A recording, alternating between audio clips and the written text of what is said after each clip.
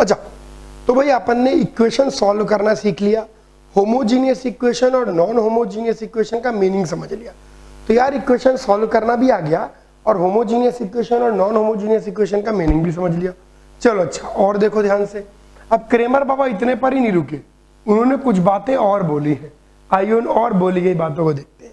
अब हम लोग ये ऑलरेडी समझ चुके हैं, या तो गिवन इक्वेशन होमोजीनियस होगी या गिवन इक्वेशन नॉन होमोजीनियस होगी। इसके अलावा हम एक और बात जानते हैं। एक और बात क्या जानते हैं? इसके अलावा हम एक और बात ये जानते हैं कि वैल्यू ऑफ वेरिएबल निकल के आएगी variable determinant divide by coefficient determinant. Value of variable बहुत आराम से निकल के आती है variable determinant divide by coefficient determinant. चलो इस बात को थोड़ा फायदा उठाए। Okay, non homogeneous. अब सुनो, क्रेमर बाबा ने सॉल्यूशन तो बता ही दिया, साथ में सॉल्यूशन के साथ साथ कुछ और बातें भी बताई। आइए सॉल्यूशन के साथ साथ जो उन्होंने और बातें बताई उनको ध्यान से देखें। उन्होंने बोला अगर नॉन होमोजीनियस इक्वेशन है तो दो बातें हो सकती हैं, या तो डेल्टा नॉन जीरो या डेल्टा जीरो। डेल्टा मतलब अपना कोफिशिएंट डिटरमिनेंट। अगर डेल्टा नॉन जीरो है तो टेंशन लेने की जरूरत नहीं है, आपको सीधे सीधे मिलेगा यूनिक सॉल्यूशन। क्या मिल जाएगा? सीधे सीधे unique solution. Delta non zero होगा या डेल्टा जीरो होगा। अगर डेल्टा की वैल्यू नॉन जीरो हो गई तो straight away you are going to get a unique solution. आपको मिल गया यूनिक सॉल्यूशन। अच्छा, अगर डेल्टा जीरो होगा तो फिर आपको कुछ बातें चेक करनी पड़ेगी। सबसे पहले आप ये चेक करेंगे कि value of at least one variable determinant is non zero.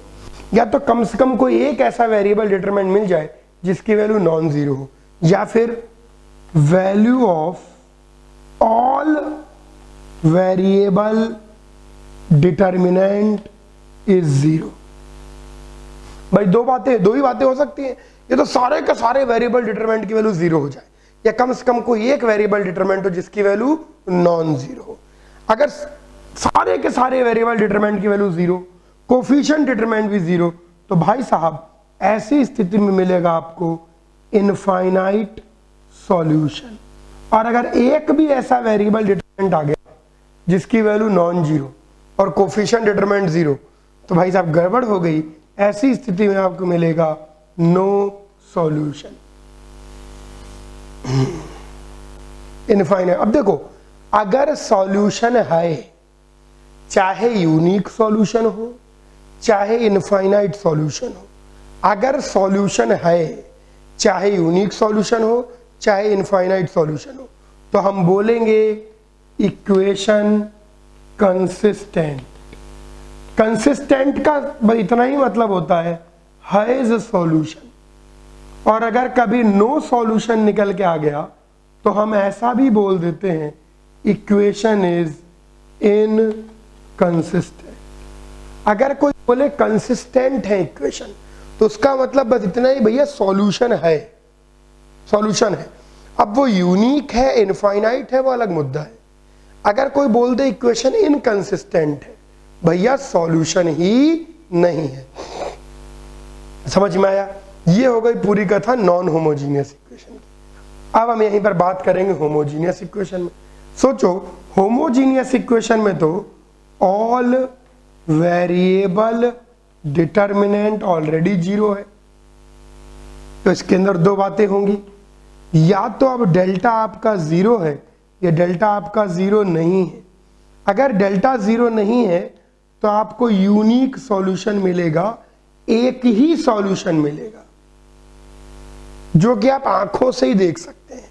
सोचो सोचो, यहां कोने पर सोचते हैं, आओ बात करते हैं, बिल्कुल ध्यान सोचें। सपोज करो दो वेरिएबल की homogeneous equation, a1x plus b1y equal to 0 and a2x plus b2y equal to 0।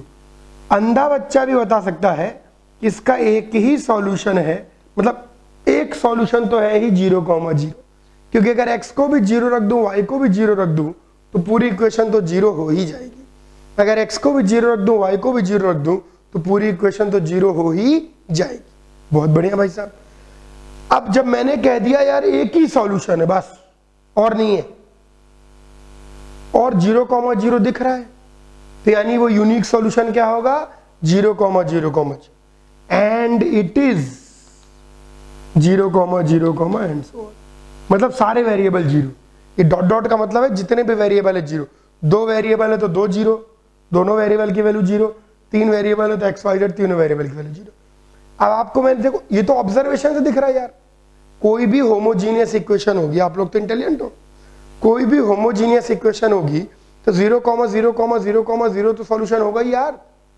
अरे होमोजीनियस इक्वेशन है, कांस्टेंट टर्म है ही नहीं, तुम सारे वेरिएबल को जीरो रख दोगे तो वैल्यू सेटिस्फाई करेगी, कोई दिक्कत नहीं इसमें। Very good.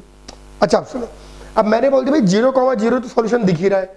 अब मैं बोल रहा हूं भैया एक ही सॉल्यूशन है और कोई है ही नहीं, इसका मतलब वो सॉल्यूशन क्या होगा, केवल खुद 0,0,0।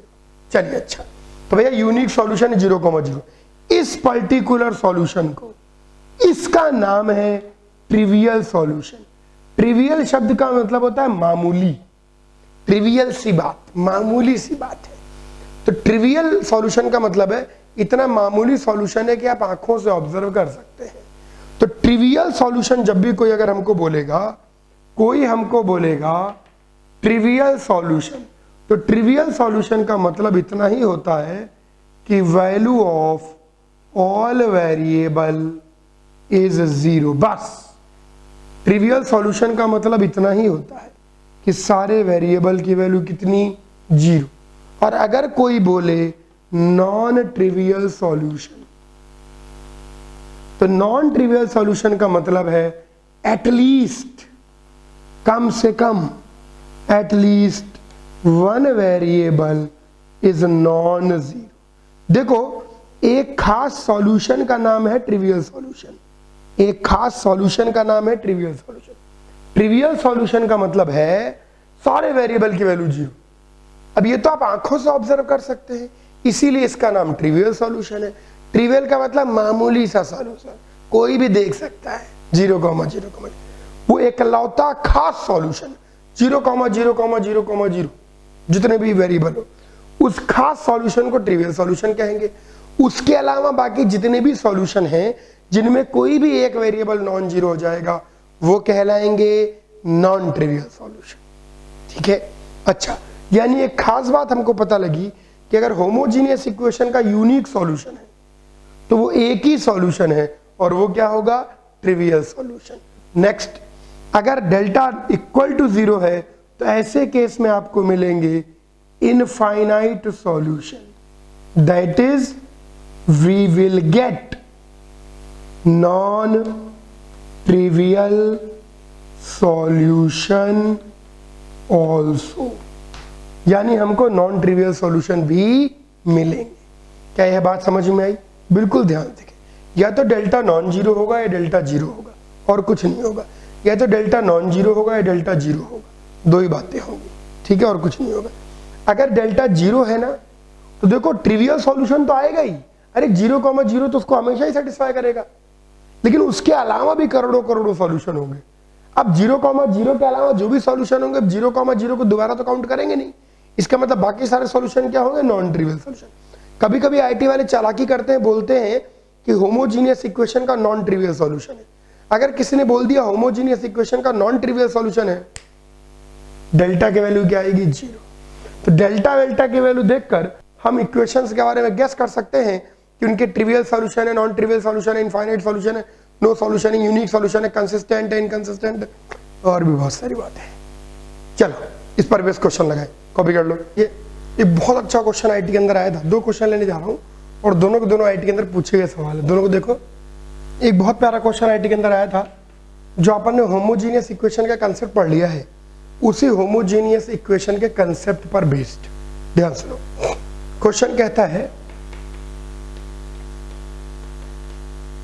For what value of k do the following system has non trivial solution. और सिस्टम हमको दे रखा था x plus k y plus 3z equal to 0, 3x plus k y minus 2z equal to 0 and 2x plus 3y minus 4z equal to 0। भैया homogeneous equation का non trivial solution कब होगा? Homogeneous equation का non trivial solution तब होगा जब delta 0 होगा, coefficient determinant 0 होगा। तो आइए यहाँ पर कोफिशिएंट डिटरमिनेंट लिखें, तो कोफिशिएंट डिटरमिनेंट आ जाएगा 1k3, 3k माइनस 2 और 2 3 माइनस 4। जब अगर इस डिटरमिनेंट की वैल्यू 0 हो जाएगी, थ्योरी से हम जानते हैं कि होमोजीनियस इक्वेशन का नॉन ट्रिवियल सॉल्यूशन आ जाएंगे। क्यों है ये होमोजीनियस इक्वेशन?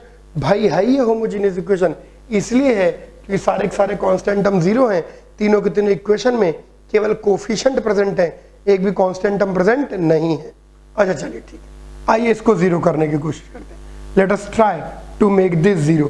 कहाँ से एक्सपेंड? मैं तो कहता हूँ फालतू उसके अंदर दिमाग क्या लगा, सीधे एक्सपेंड कर दो। लेट अस ट्राई, आओ यहाँ से अगर यहाँ एक्सपेंड कर दें तो 1 इंटू कितना निकल के आ जाएगा, माइनस 4k यहाँ से आ गया और प्लस 6, फिर माइनस k टाइम्स कितना आ जाएगा, माइनस 12 और तो माइनस माइनस प्लस प्लस 4 और प्लस 3 टाइम्स कितना आ जाएगा, 9 माइनस 2k इक्वल टू 0। तो यहाँ से माइनस 4k आ गया, प्लस 6 आ गया, माइनस माइनस प्लस 12k आ गया, प्लस माइनस 12 प्लस 4, चलो बाद में कर लेंगे। तो प्लस माइनस माइनस 4k आ गया, ओके। और 9 3 ज़ा 18 और 2 3 ज़ा 6, माइनस 6k इक्वल टू। अब k की कोफिशिएंट कलेक्ट करें, minus 4k minus 4k minus 6k, तो 6 4 10 4 14, minus 14k plus 12k minus 2k plus 6 plus 18, तो प्लस 24 इक्वल टू 0। तो k की वैल्यू कितनी आ गई, 12। जब हम k की वैल्यू 12 लेंगे तो डेल्टा की वैल्यू 0 हो जाएगी, और अगर डेल्टा की वैल्यू 0 हो जाएगी तो मिल जाएगा आपको बेहतरीन नॉन ट्रिवियल सॉल्यूशन। कॉपी करिए। एक और क्वेश्चन देखो बढ़िया सा। ये क्वेश्चन क्या कहता है, ये देखिए क्वेश्चन कहता है, जबरदस्त क्वेश्चन है, एक तरीके से तो सारी की सारी चीजों को शायद कवर कर लेता है। क्वेश्चन कहता है find values of lambda and mu. Lambda and mu की वैल्यू निकालिए। Find value of lambda and mu so that equations, और क्या इक्वेशन गिवन है भाई साहब, x plus y plus z equal to 6, x plus 2y plus 3z equal to 10, 2y plus lambda z equal to mu have number 1 unique solution, number 2 no solution, number 3 infinite solution.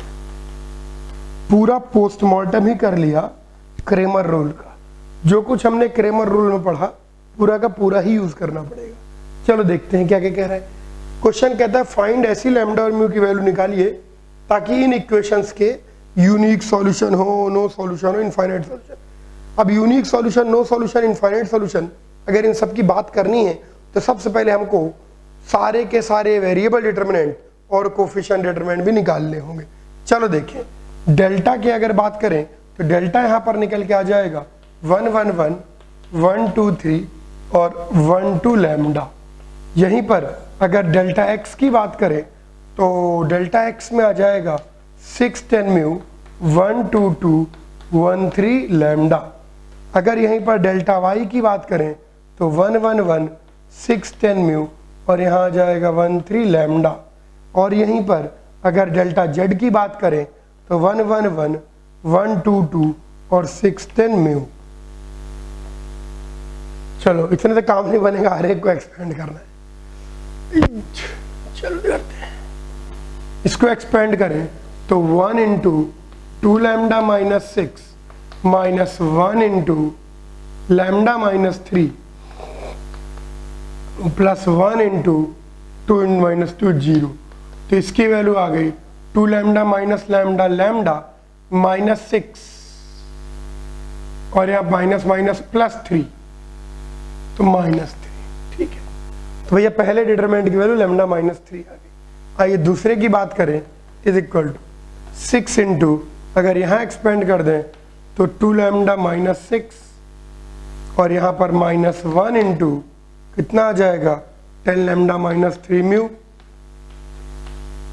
और +1 into यहाँ कितना आ जाएगा 20 minus 2 mu. आइए collect करें तो 6 दूनी 12 lambda minus 10 lambda तो 2 lambda और म्यू कितना आएगा +3 mu minus 2 mu plus mu. Constant term कितना आएगा -36 प्लस 20 तो -16। कलेक्ट कर लो, अभी कहानी खत्म नहीं हुई है। हे भगवान 1 इंटू ये आ जाएगा 10 lambda minus 3 mu.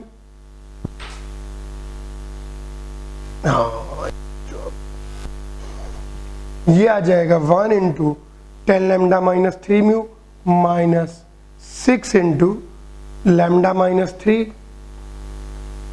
Plus 1 into mu minus 10। आइए यहाँ पर भी कलेक्ट करें तो ये चीज़ आ जाएगी 10 lambda minus 6 lambda that is 4 lambda minus 3 mu plus mu minus 2 mu minus minus plus 6 से 18 माइनस 10 प्लस 8।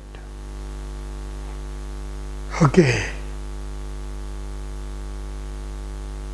आखिरी वाले को एक्सपेंड करते हैं 1 इंटू ये आ जाएगा 2 mu minus 20 minus 1 into mu minus 10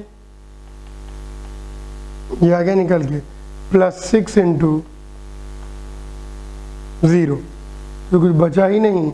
अब यहां से निकल के आ जाएगा 2 mu minus mu mu minus 10। तो भाई हर एक की वैल्यू आ गई, डेल्टा की वैल्यू, डेल्टा एक्स की, डेल्टा वाई की, डेल्टा जेड की, सबकी वैल्यू निकालनी ही पड़ेगी। वैल्यू निकालने के अलावा और कोई चारा नहीं है। चलो देखते हैं क्या कर सकते हैं। अब यूनिक सॉल्यूशन, तो भाई साहब यूनिक सॉल्यूशन की एक ही कंडीशन होती है कि डेल्टा 0 नहीं होना चाहिए, यानी लैम्डा 3 नहीं होना चाहिए। अगर लैम्डा की वैल्यू 3 नहीं होगी तो आपको यूनिक सॉल्यूशन मिलेगा ही मिलेगा। नो सॉल्यूशन की भी एक ही कंडीशन होती है कि delta, delta x, delta y, delta z सारे के सारे 0 होने चाहिए। Delta, delta x, delta y, delta z सब के सब 0 होने चाहिए। तो ठीक है भाई साहब, delta, delta x, delta y, delta z सबको 0 करते हैं तो डेल्टा कब 0 होगा? जब लैम्डा 3 हो जाएगा। और डेल्टा जेड कब 0 होगा? जब म्यू 10 हो जाएगा। देखना पड़ेगा क्या इन वैल्यूज पर ये 0 जाते हैं। 4 या कितना आ जाएगा वो 12 8 20, हाँ ये 0 जा रहा है। उसको देखो 2 3 6 प्लस 10 0 जा रहा है, बेहतरीन। तो ये लीजिए। अब इनफाइनाइट सॉल्यूशन कब मिलेगा? जब डेल्टा तो 0 हो, यानी लैम्डा 3 होना चाहिए and at least one of x, delta y, delta z non zero, और इनमें से कम कोई एक नॉन जीरो है। सोचो अब लैम्डा तो 3 हो ही गया, अगर मैं म्यू को 10 कर दूंगा तो सारे के सारे 0, तो यानी म्यू नॉट इक्वल टू 10। तो भाई साहब आपको यूनिक सॉल्यूशन मिलेगा अगर लैम्डा 3 ना हो, म्यू को कुछ भी ले लो आप। आपको नो सॉल्यूशन मिलेगा अगर लैम्डा 3 हो और म्यू 10 हो, और आपको इनफाइनाइट सॉल्यूशन मिलेगा अगर लैम्डा 3 और म्यू नॉट इक्वल टू 10। समझ में आया? बहुत अच्छा क्वेश्चन है। जो भी कुछ अपन ने क्रेमर्स रूल के अंदर पढ़ा सारी चीजों का यूज आ गया समझ के। कॉपी कर लीजिए।